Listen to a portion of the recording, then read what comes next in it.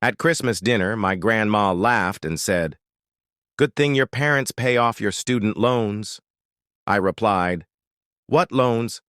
I dropped out to work 2 jobs." Mom spilled her wine. Dad said, "It's not what you think." Then Grandma stood up and said something that changed the family forever.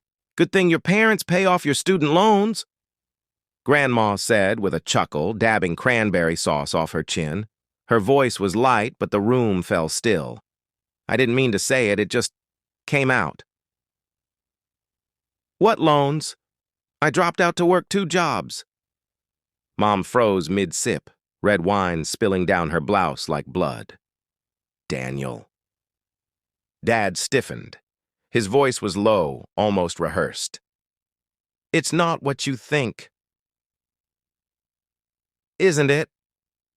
I said, letting the weight of every sleepless night, every overdraft fee, every lie settle in the air like fog. My brother cleared his throat but said nothing. My sister looked down at her plate, suddenly fascinated by mashed potatoes. And Grandma, sweet, sharp-eyed Grandma, slowly stood up. Her voice steady. "You didn't tell him?" she asked, turning to my parents. Silence. "You let him believe it was his choice to drop out?" "My name's Daniel. I'm 25. When I left college 3 years ago, I told people it was because school wasn't for me, that I wanted to explore life, that I had other passions. But the truth is simpler, colder. Mom and Dad took out private loans in my name, without telling me. I found out when I was denied for an apartment because my credit was ruined. By then, it was too late.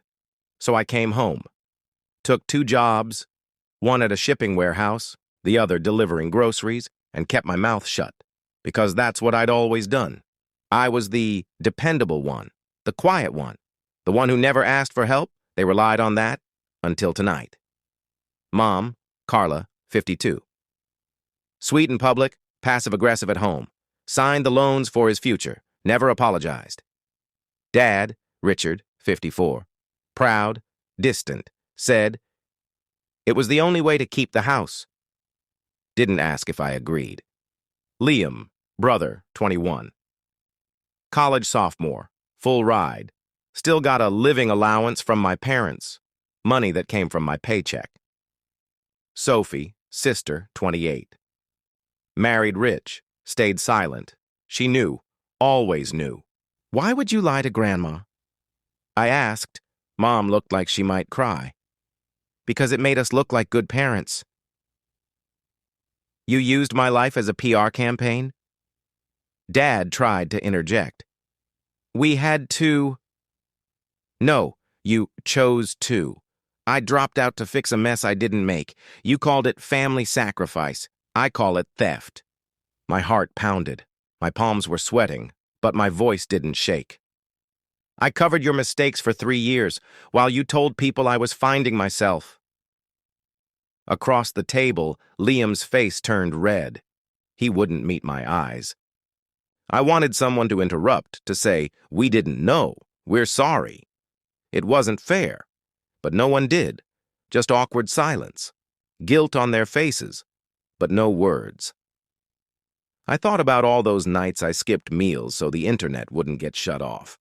The jobs I worked through injuries, the 4 a.m. shifts, the bounced checks, and I thought they were okay with this, as long as it kept the image intact. That's when I knew I wasn't just hurt. I was angry.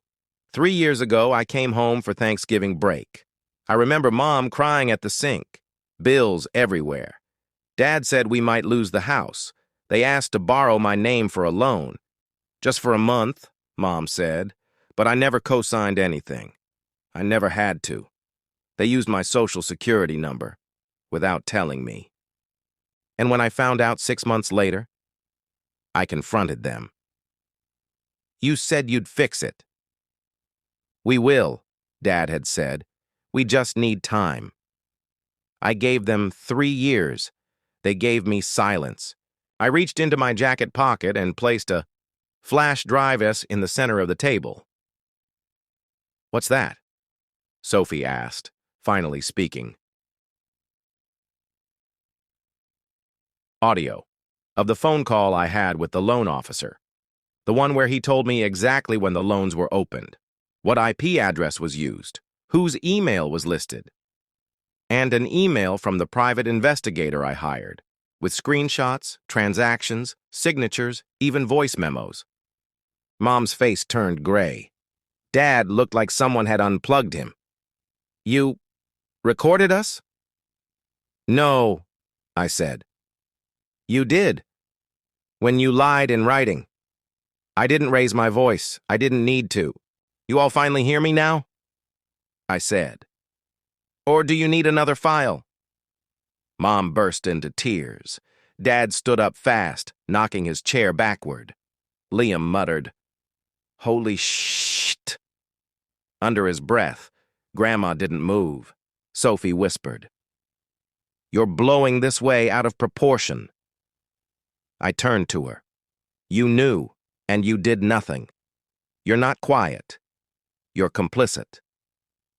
Dad slammed his fist on the table. "You don't embarrass us like this." I looked him dead in the eye.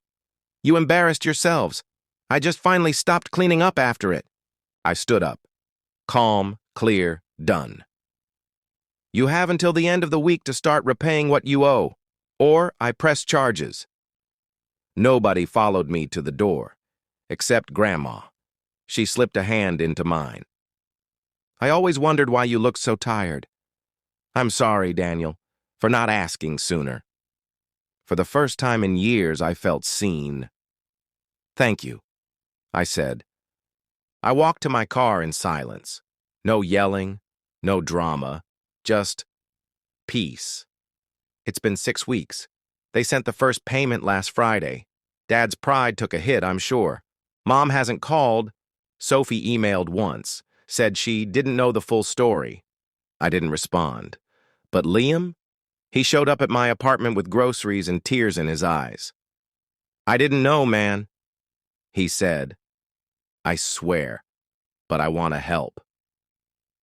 Maybe that's where healing starts. Not with the ones who broke you, but with the ones who choose to show up after. And me? I finally enrolled in night classes again, with my own name, my own money, and no lies,